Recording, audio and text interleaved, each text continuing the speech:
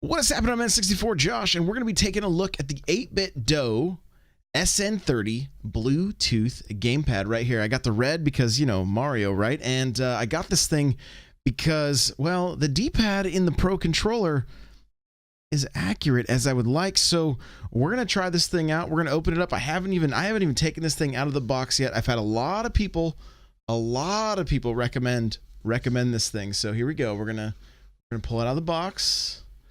Let's see here. Here we go. Okay, we're going to set this to the side. So the reason I'm so interested in this is, like I said, the D-pad in the Pro controller is, there's a lot of misinputs, and I will be doing a mod on that. You actually can just use Scotch tape. There's other videos on YouTube, but I'm going to be doing the mod myself because I really want to be focusing on the different controllers that we can be using for Mario Maker when it hits, or for Mario Maker 2 when it hits the Switch on June 28th. So here we go. Really nice packaging. I'm really impressed by the packaging here. So we're going to go ahead and just pull this thing out. There we go. There's a cable in there. So there you can see it. There's a little sticker on the buttons. D-pad is like your standard Super Nintendo D-pad. I'm going to pull the sticker off here. Here we go. There you go. So you can see, get it focused there. All right. So right off the bat, this feels like a Super Nintendo controller. And I mean, I have one right here. Yeah, I was actually using this for Mario Maker 1 on the Wii yesterday. I plugged this SNES Classic controller into a Wii remote and was using this to play the game, and it was really nice. But I mean, as you can see, they're virtually the same size. Okay, so they feel very similar. The buttons feel similar. The one thing worth noting is none of these are concaved like your Y and X button are on the actual SNES controller. So something to keep in mind. All right, we're back and we're getting this thing hooked up to your Switch. Now it's actually pretty simple. What you're going to want to do, honestly, is look, this thing comes with instructions. Just follow the instructions. Okay, there's a chance you may need to update the firmware. Okay, go to 8bitdo.com/support and check the controller you have if you're using this one, and just download the update on your PC or your Mac and follow the instructions on screen. Okay, I ended up looking at a couple videos. I had a little bit of an issue getting this thing updated. I'm not sure that it was necessarily on their end or something on my end, but I figured out a workaround and I was able to do it. So I got it updated. After that, I tried to hook it up to my Switch. Now it didn't want to hook up initially, and so what you do is you have to hit a certain button combination like Start and Y. That turns it on. That's going to make the blue light blink. Then you hold down Select. It makes the blue light blink faster, and that says that it's searching for the Switch. Okay, and then after that, you go into change grip order, and it will automatically connect. Now, here's the thing. What you want to make sure you do is, if you have any issues, like I did initially, trying to get it to connect, is shut your Switch off. Okay, now I'm not talking about just hitting the power button and put it to sleep. I'm talking about right here, you're going to see power options. All right, go down to turn off. Turn the system completely off and then turn it back on. That's when mine connected and we were good to go. So now I want to show you guys a couple of games. And there's a couple of things that I want to note with this thing. Okay, for instance, I wanted to go in initially and show you guys how accurate the inputs were. Okay, there was a problem though, and not necessarily a problem, but so you got controllers and sensors. You go down here and you go to let's see, test input devices. Okay, so test controller buttons. Now from here, I wanted to test left and right on the D-pad, up and down, things like that, and see how well it registered. Here's the issue is this D-pad is the same as the stick on the Pro controller. So that means for games like Tetris 99, you're not using this controller. It will not work because it is being registered as the stick.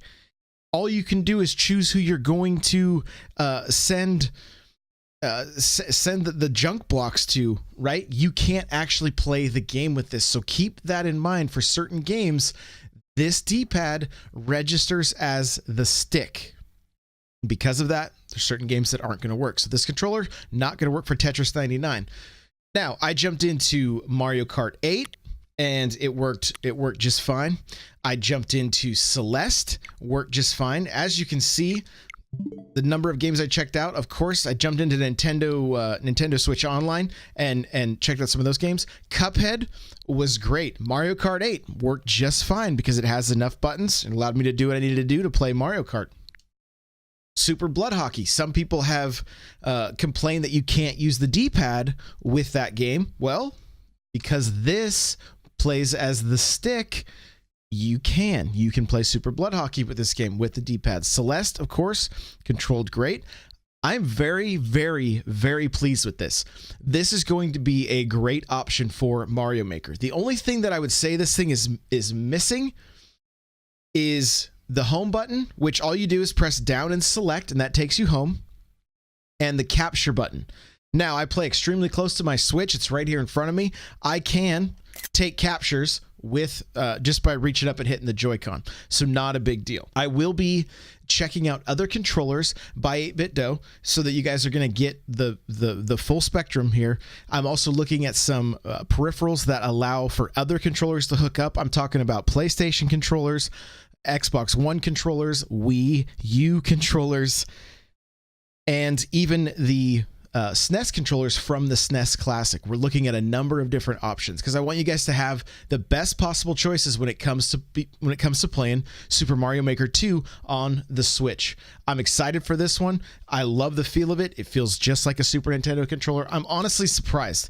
I'll let you guys know that I typically am not a huge fan of non-first party controllers. I'm not. I've had too many bad experiences. I literally today, going through my collection of like extra 64 items, I threw out some monstrosity of a controller. I don't even know what it was. It wasn't even shaped correctly, and I think it was like a Mad Catz, or I don't even know. The thing was gross though. Like, did not belong anywhere near my collection, so I got rid of it. The other thing worth mentioning is the build quality of this thing. It feels really good. It feels really good. It feels really, really sturdy. But here's just some gameplay of Super Mario Brothers. This feels just as good as playing with the NES controllers that you can purchase by being part of Nintendo Switch Online. These right here. This controller right here. So it feels just as good. Except for it's, Super Nintendo controller, right? D-pad feels good. Everything feels accurate. I'm very, very impressed. This has been my review of 8BitDo SN30. This is the red one. All of their colors are inspired by the Game Boy. So you got red, blue, green, yellow, plus a Game Boy looking the gray with the maroon buttons and the D-pad that has the ridges. It's pretty cool. It's pretty cool. I'm actually kicking myself for not looking into these sooner and not trying them out sooner. This is going to be a great controller for Super Mario Maker 2. I cannot wait to play some of the expert levels, to work on doing some of the Kaizo stuff. I'm really looking forward to it, right? And again, like I said, because of the misinputs that happen on the Pro controller, that's part of the reason that I've wanted to start looking for alternatives. This one's going to be great just for those days that I do like a 100-man run on stream or things like that. Obviously, I'm probably not going to be doing much creating with this thing, but when it comes to just playing levels, doing viewer levels, doing 100-man Mario challenge, that kind of stuff, this is going to be the controller right here. So thank you guys so much for watching. You got any questions about this controller? Let me know down in the comments below, and we'll see you guys in the next video. Bye now.